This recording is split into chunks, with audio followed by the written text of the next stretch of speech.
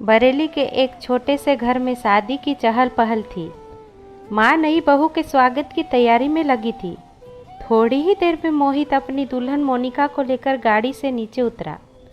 माँ ने अपनी नई नवेली बहू की आरती उतारते हुए कहा, भगवान तुम दोनों के जीवन में खुशियाँ भरे, तुम्हारे आने से मेरा घर मंदिर हो जाए।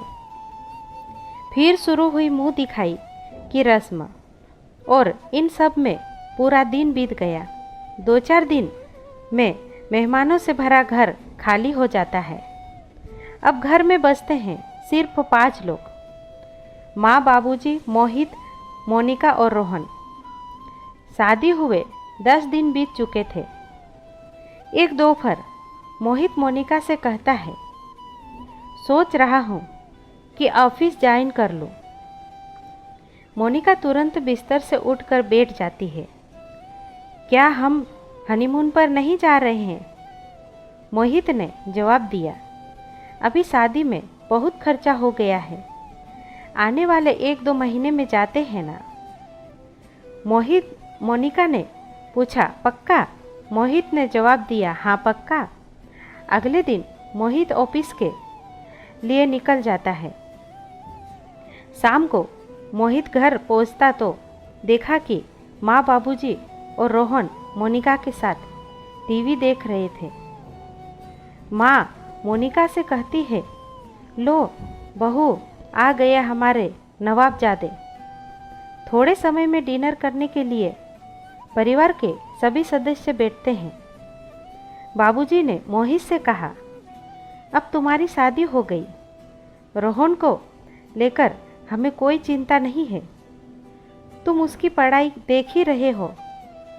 सिर्फ एक इच्छा है, वैकुंठ जाने से पहले मैं और तुम्हारी माँ हरिद्वार जाना चाहते हैं। बिल्कुल बाबूजी, मैं आप लोगों की यह इच्छा पूरी करूँगा। मोहित ने हामी भरते हुए मोनिका की तरफ देखा और मन ही मन सोचने लगा कि पत्नी को खुश करूं कि माँ बाप को। खाना खाने के बाद मोहित और मोनिका कमरे में जाने लगे। मोनिका थोड़ी नाराज लग रही थी तो मोहित ने बाबूजी से कहा, हम और मोनिका हनीमून पर जाते, फिर आप द्वारका चले जाना। बेटे की इस बेरुखी से पिता को दुख हुआ। वह बोले, मेरा तो ठीक है बेटा, लेकिन अपनी माँ के बारे में सोच, वह कल से कितनी खुश है। मोहित बिना कुछ कहे चला जाता है। ऑफिस के लिए निकलते समय वह लंच बॉक्स भी नहीं ले जाता है। मोनिका को ये बात और ख़राब लगती है। शाम को वह घर आता है और मोनिका को अपना डेबिट कार्ड देते हुए कहता है, नाराज मत हो, ये लो कार्ड, तुम्हें जहाँ भी जाना है टिकट बुक कर लो। अगले दिन मोहित के फ़ोन पर बैंक का मैसेज आता है। वह समझ जाता है कि मोनिका ने आखिर टिकट बुक कर लिया। शाम को खाने के टेबल पर सब काफ़ी खुश होकर बैठ रहते हैं।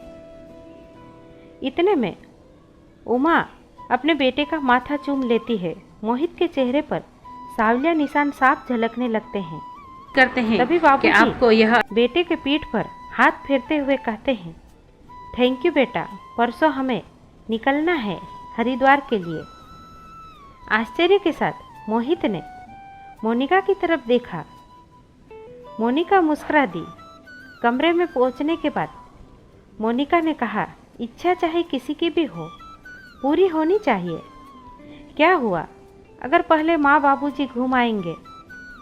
मोहित ने पत्नी को गले लगाते हुए कहा, माता पिता को सर्वश्रेष्ठ बनाकर तुमने सच में हमारे घर को मंदिर बना दिया है। तो दोस्तों, हम आशा करते हैं कि आप सभी को यह कहानी पसंद आई होगी, और अगर आपको यह कहानी पसंद आई है तो प्लीज़ आप लोग हमारे चैनल को सब्सक्राइब ज़रूर कर लीजिएगा और साथ साथ बेल आइकन बटन को भी दबा